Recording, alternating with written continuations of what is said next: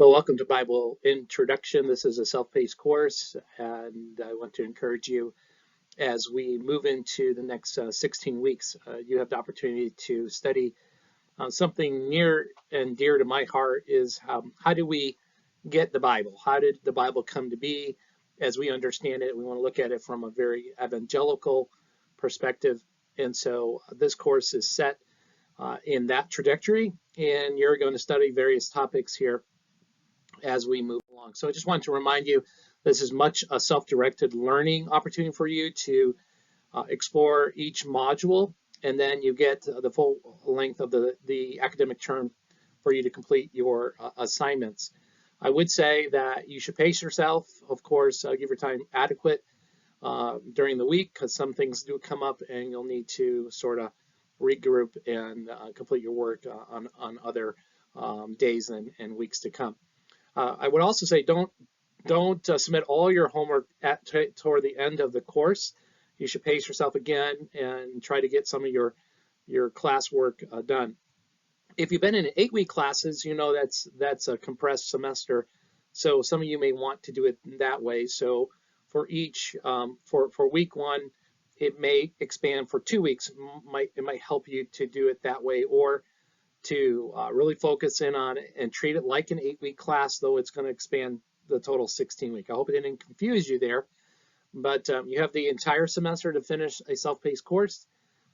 If you're about scheduling and prioritizing your schedule, then I would set some milestones on your calendar and say, okay, by week 2, I need to have completed so many assignments and modules found on campus. We will consider various topics of the course, such as the canon. How did the canon come to be? The list of the 66 books of the Bible. We'll consider inspiration and inerrancy.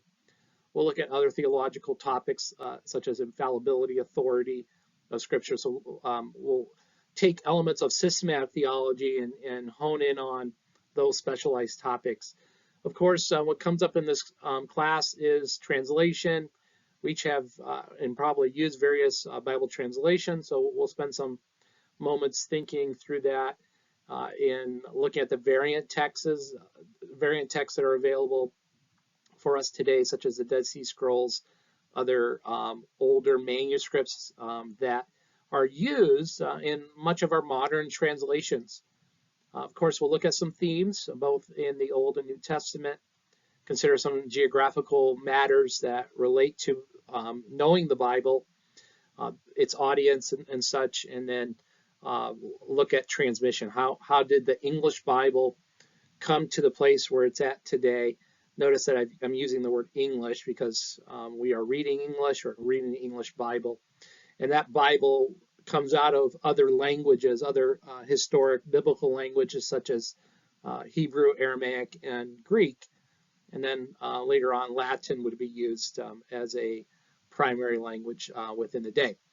But this is the course. You'll see some writing prompts, some work that needs to be submitted on each of the week. So I would encourage you to go to that syllabus and the container for the module 1 equals like week 1. Look for the assignments that are due, and then begin completing and the reading requirements together. So you want to get on top of that now, and hopefully stay ahead of the assignments for the end of the class. Now I've also attached a bio, my contact information, so if you'd like to talk with about any of the subject areas here, feel free to call me. Also use various Microsoft Teams, Google Meet, other Zoom related products if that is something you would like to do during a scheduled time.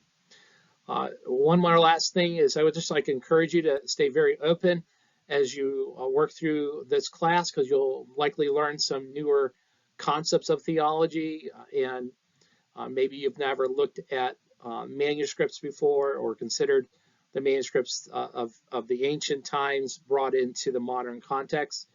We'll also have a healthy discussion on the apocryphal writings as it relates to the Catholic Church and how the Protestant churches might look at those older books as well, and why the Protestant Church has left it out of its canon or list of books as authorized. Consider how the Jewish people look at the Old Testament, which is another wonderful way, beautiful way to look at the Psalms and different sections of the Old Testament, the Pentateuch, as we understand the first 5 books of the Old Testament. They would call it the Torah, the law.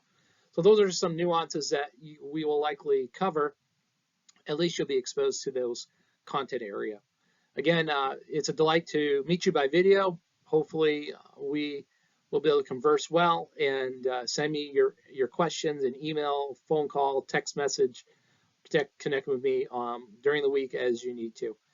Blessings to you as you complete your studies.